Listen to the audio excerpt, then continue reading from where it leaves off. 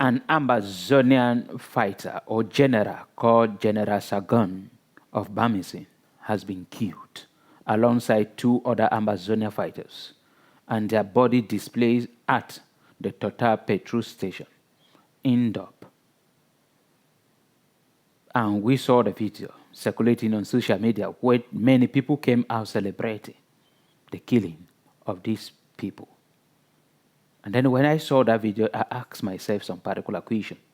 The first question I asked is that when will all this killing end in Southern Cameroon so that Southern Cameroonians will live in peace? I never have an answer because 2 stupid group of people has decided to make life miserable and killing common in Southern Cameroon. That is the military of the Cameroon government and the Amazonia. And the next question I ask myself is, why will people be celebrating when their own brothers have been killed? And then I came with a conclusion that it is because of what their brothers had done to them. I quite remember in 2017 when the Amazonia took or hijacked this crisis, this struggle for freedom, when Southern Cameroonians came out in supporting the teachers and the lawyers to fight for the freedom and to stop marginalization. The Amazonia came in because of the brutality of the military and the police. And many people celebrated them, supported them, because it was a release by then in 2017, as the military could have killed nearly all Southern Cameroonians. Yet, they supported them along the way. I don't know what happened, that these very people called the Amazonia suddenly turned against the very people who were supporting them.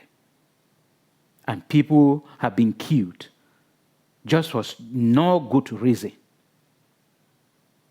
People named Black Leg killed without any justification, without any reason behind it. People pushed below poverty line. People's villages, houses burnt and property destroyed. Property belonging to the very people you claim that you are fighting for. That is where that celebration is coming from. Because they have passed through hell. If you watch that videos on social media, you hear people there shouting, what this guy has done to me, what this guy has done to me, naming terrible things that they have done to them. Then I will ask myself again, are they still fighting for the freedom of the people of Southern Cameroon? Or they have another agenda behind that many people do not know? Whether those who are still in the bushes fighting, are they still the one we know in 2017 Amazonia? Or they are fighting for their own selfish interests? What is the main reason keeping them there? I cannot have an answer. I came again to ask the government of Cameroon, to ask the leadership of Amazonia, why can you people not sit on a table and stop this? Those Amazonia, many of them joined and becomes Amazonia maybe out of frustration, out of anger, out of a revenge. If the killing stop, those who are joining because of revenge will not join. And that will reduce the number of Amazonia. If the killing stop, those who are joining out of frustration will stop joining because they will sit on a table and talk on how to better the life of the people of Southern Cameroon. But the stubborn government under the leadership of President Paul Biya refused to. Forcing children to come to DDR Center. That coming to DDR Center is a good thing to stop the killing, if all Amazonia will surrender. But will that solve the Anglophone crisis, the crisis in Southern Cameroon? No. It will not. That is just trying to target a part that is not even the problem. Because those guys you are asking them to come to DDR Center, they are not the problem. They came in only in 2017, in which the Anglophone crisis has been existing since 1961 or 1972. So we should look at the root causes of all this issue so that this killing will stop. We are seeing Amazonia celebrating the killing of military. Those militaries are Cameroonians. Military celebrating the killing of Amazonia. Those Amazonia are Cameroonians. And along the way, the majority of people being killed are the common people.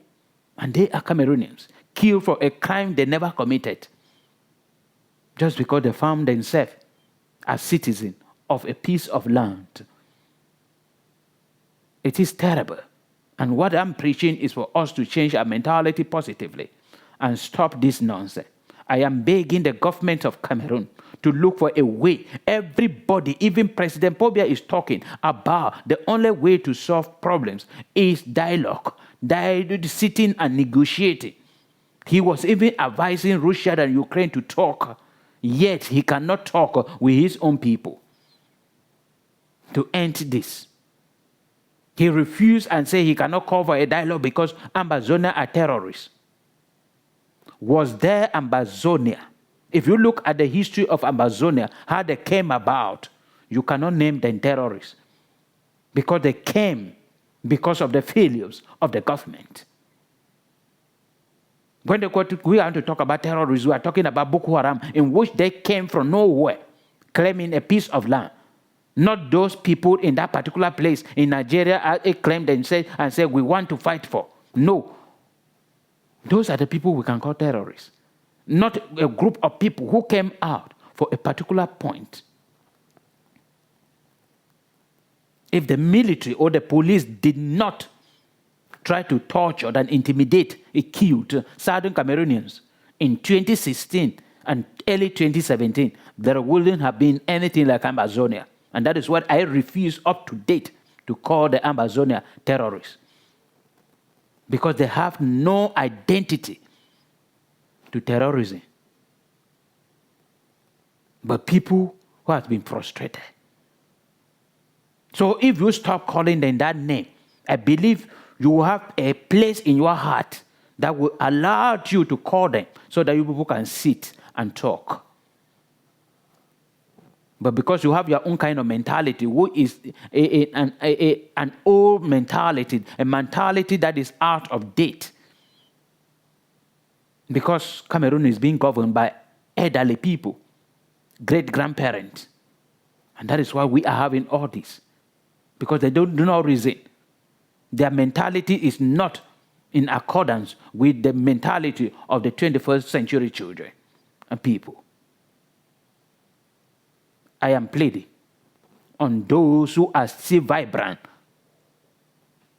within the government to talk and advise the government to sit, dialogue with this group of people, the government, those for federation and those for separation. Let them air out and tell the government face to face why they want to separate. And if they can convince the government, then they should go their way. If all the country, if every family in the world, something just happened that every family will become a government, we will still live. The only thing we are praying is to live long here on earth and have the freedom to do whatever we want to free. It is not all about the piece of land, who is governing who and who is governing who. If those for federation can convince the government that we want two-state Cameroon, as it was in 1961, and they convince those for separation and the government, they go along.